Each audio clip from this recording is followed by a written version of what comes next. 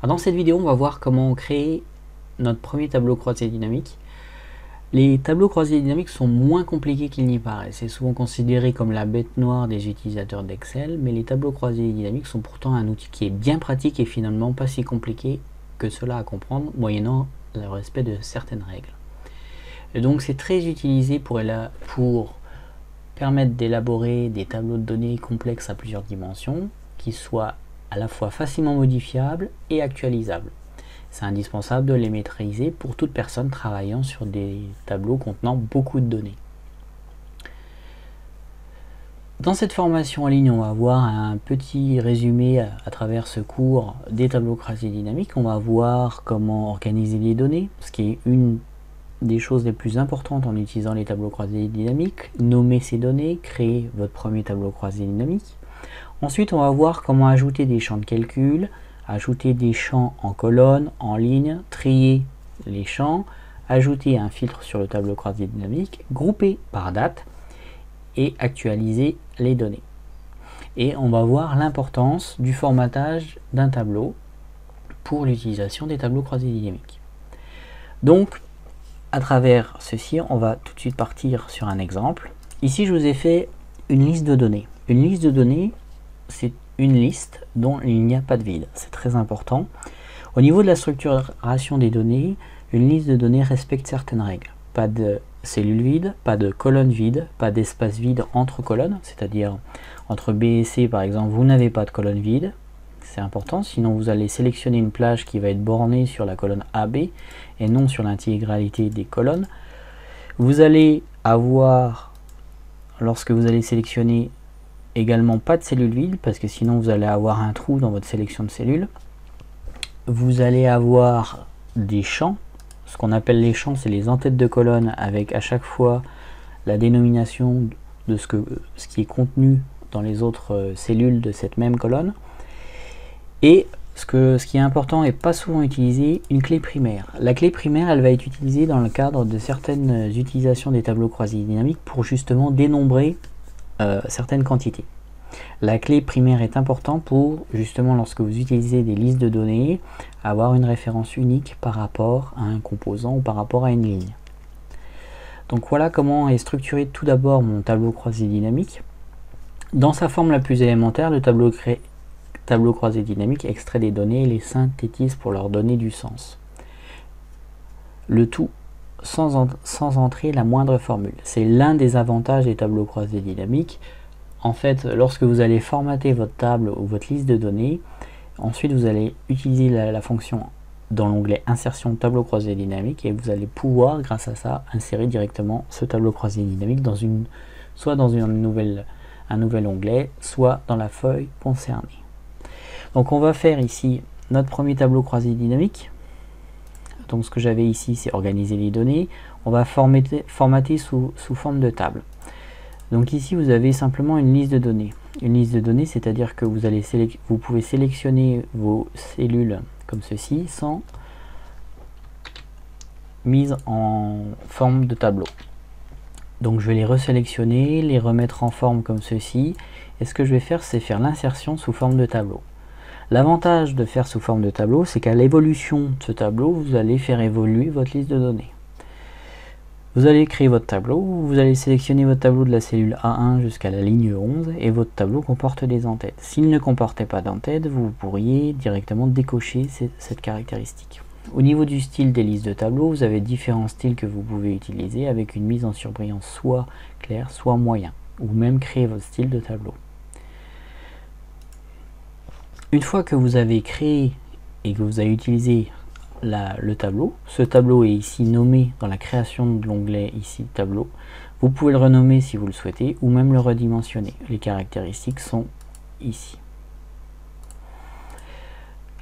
L'avantage, comme je le disais, si demain vous rajoutez une caractéristique, par exemple le type de produit, vous allez marquer par exemple la référence de colisage, et bien votre tableau est directement réactualisé. Donc vous allez sélectionner votre tableau, donc cellule A1, contrôle majuscule flèche bas, et puis vers la droite pour sélectionner l'intégralité de votre tableau. Vous faites insertion, tableau croisé dynamique. Voilà comment créer déjà au niveau de la sélection, vous avez ici vos données en surbrillance, pointillées comme ceci. Soit vous avez la possibilité de le mettre sur la feuille existante, ce que je vous déconseille, soit le mettre dans une nouvelle feuille. L'avantage de le mettre dans une nouvelle feuille, vous pouvez, suivant les champs que vous allez sélectionner, avoir dans cet onglet des proportions au niveau de ce que va prendre votre tableau croisé dynamique différent.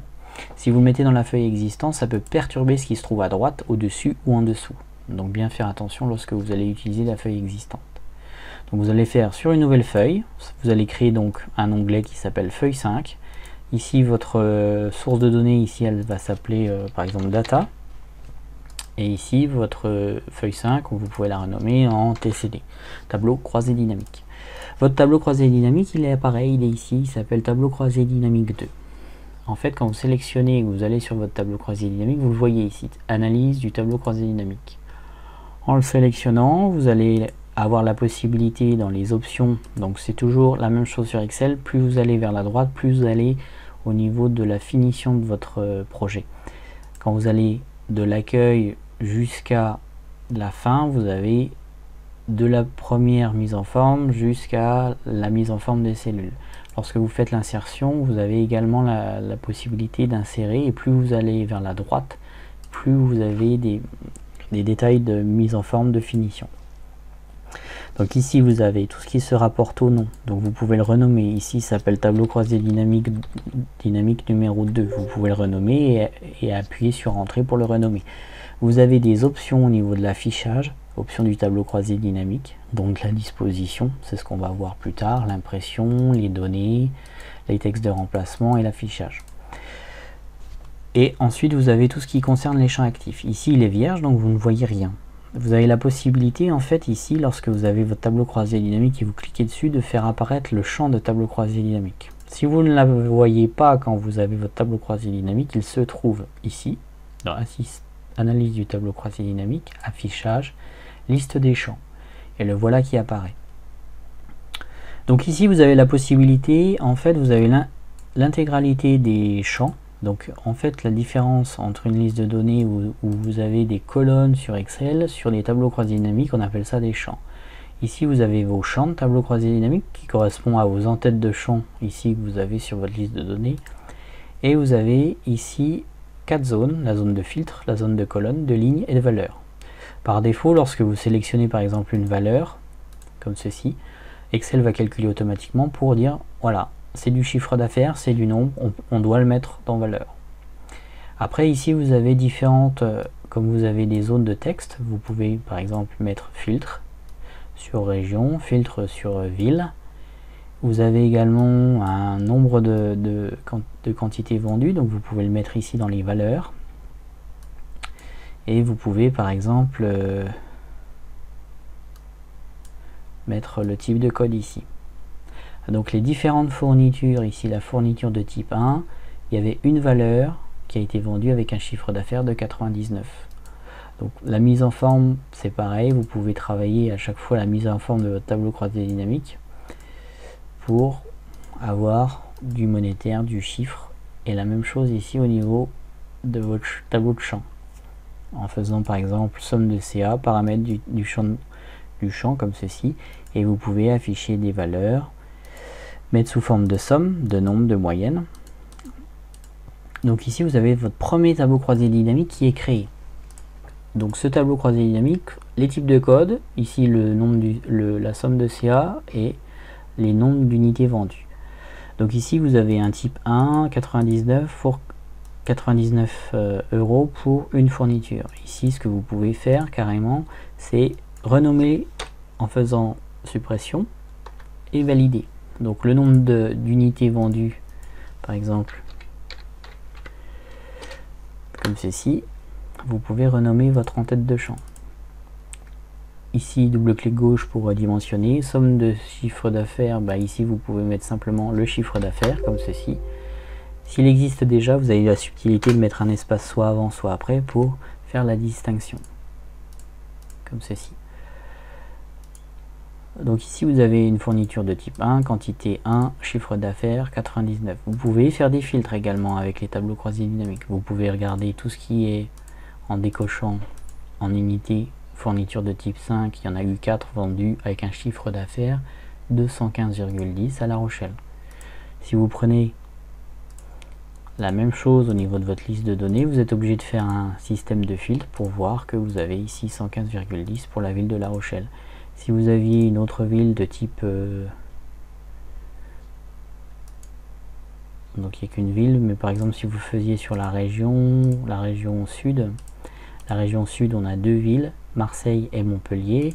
Vous pouvez faire directement Marseille et Montpellier en cochant l'intégralité des villes et faire simplement une sélection au niveau des régions, ici sud, et vous avez les 2 villes, c'était 1, donc ça fait 8, et 8 c'est Marseille et Montpellier. Si vous voulez les voir apparaître dans le tableau croisé dynamique, vous pouvez glisser ville ici. Donc Marseille a vendu des fournitures de type 7 et Montpellier des fournitures de type 8. Ce qui est la même chose que faire ce filtre ici, mais de manière beaucoup plus rapide. Donc ici, vous avez commencé à faire votre tableau croisé dynamique, vous avez utilisé votre liste de données et vous commencez à faire l'utilisation au niveau des champs, et vous commencez un petit peu à utiliser les filtres. Donc ici, vous avez des filtres que vous pouvez utiliser sur la partie filtre ici. Donc j'ai fait juste un filtre sur région, vous pouvez faire un filtre sur ville et faire la même chose. Vous pouvez mettre tout ou rien, un seul ou plusieurs éléments, et voilà comment on utilise les filtres. Vous pouvez faire des filtres par rapport aux étiquettes de ligne, donc vous pouvez les trier de A à Z ou de Z à A comme ceci, sans incidence sur la liste de données, c'est indépendant. Et vous pouvez faire des options de tri supplémentaires, par exemple par rapport aux unités vendues, et comme ceci. Donc vous avez la possibilité de combiner différents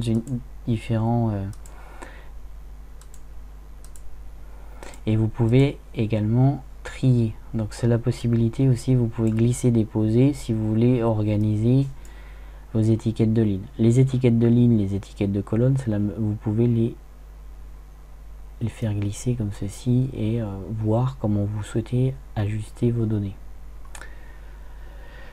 Vous avez la possibilité d'ajouter des champs, donc c'est ce que j'ai expliqué tout à l'heure avec la référence de colisage.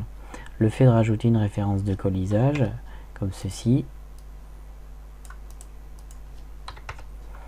on va mettre 2 références de colisage, une référence de type 1, une référence de type 2, comme ceci. Vous avez votre tableau croisé dynamique, il est ici. Par contre, vous voyez, il n'est pas réactualisé. C'est un des pièges des tableaux croisés dynamiques, il faut être très vigilant là-dessus. La réactualisation en fonction des données. Ici, vous voyez, j'ai fait les références de colisage, je ne les ai pas dans mes entêtes de champ. Pour contrer ceci, vous pouvez faire, donc normalement, dans changer les données, le fait d'avoir utilisé un tableau, vous avez automatiquement la mise à jour de votre colonne qui est fait en conséquence.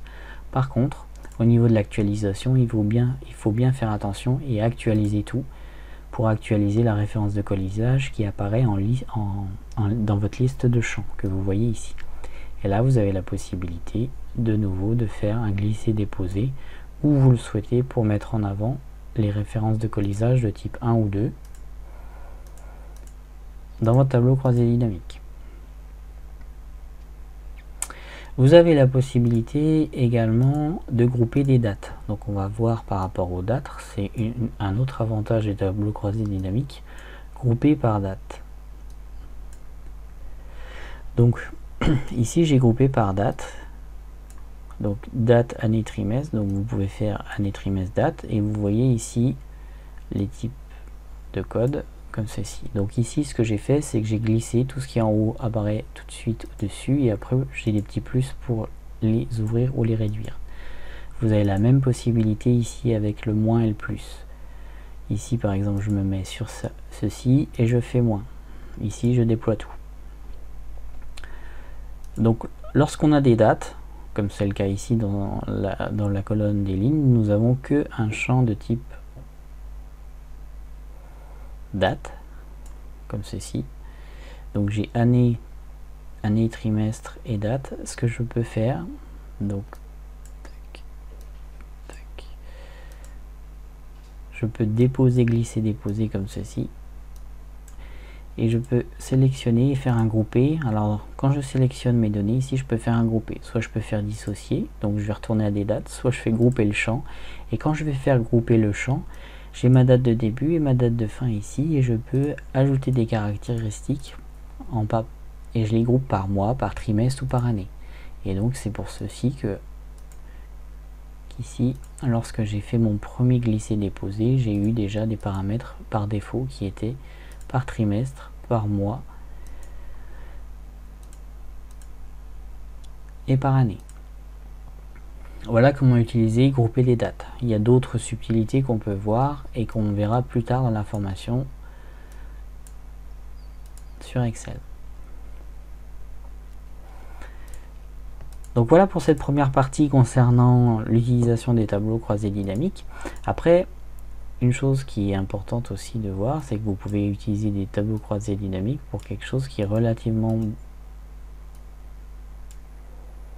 simple. Vous pouvez descendre au plus bas niveau, c'est-à-dire uniquement avoir la valeur. C'est comme si vous faisiez la somme de l'intégralité de votre plage.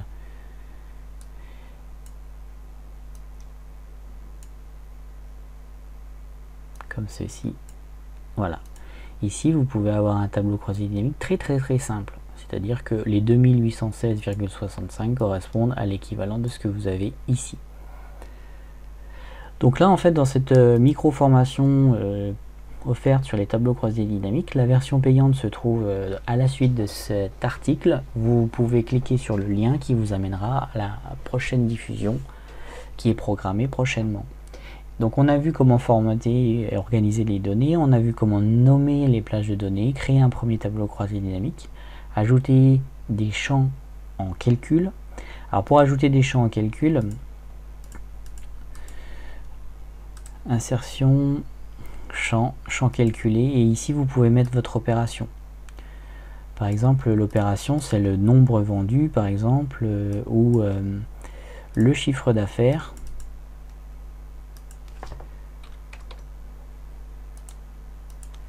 Divisé par le nombre vendu. En faisant comme ceci, j'ai cliqué trop vite, vous avez ici le CA, et ici ce que l'on a en fait c'est le CA moyen en fonction de la quantité. C'est-à-dire que ici dans votre liste de données vous aviez un CA de 2816,65 correspondant à 64 unités en total. Donc votre CA moyen il est ici. Vous pouvez faire un champ calculé. On verra un peu plus loin dans la formation comment utiliser les champs calculés de manière beaucoup plus complexe. Ajouter des champs en colonne et en ligne, donc c'est ce qu'on a vu en faisant les glisser-déposer. Trier la liste des champs, donc c'est ce qu'on a vu en faisant ici le tri dans cette zone là. On a vu également comment grouper les dates, actualiser les données et l'intérêt du formatage sous forme ici de tableau, puisque ici on a utilisé un tableau. On aurait pu directement utiliser une liste de données, mais il aurait fallu utiliser différentes formules pour réactualiser en fonction des colonnes qu'on ajoute et des lignes qu'on ajoute. Voilà pour cette petite formation rapide sur les tableaux croisés dynamiques d'une vingtaine de minutes, offerte par maitrisexcel.com. Je vous remercie pour votre attention, je vous dis à très bientôt. Une version beaucoup plus poussée va apparaître sur le site d'ici quelques jours et sera finalisée. N'hésitez pas à vous envoyer un mail ou vous inscrire à la newsletter. Je vous remercie pour votre attention et je vous dis à très bientôt.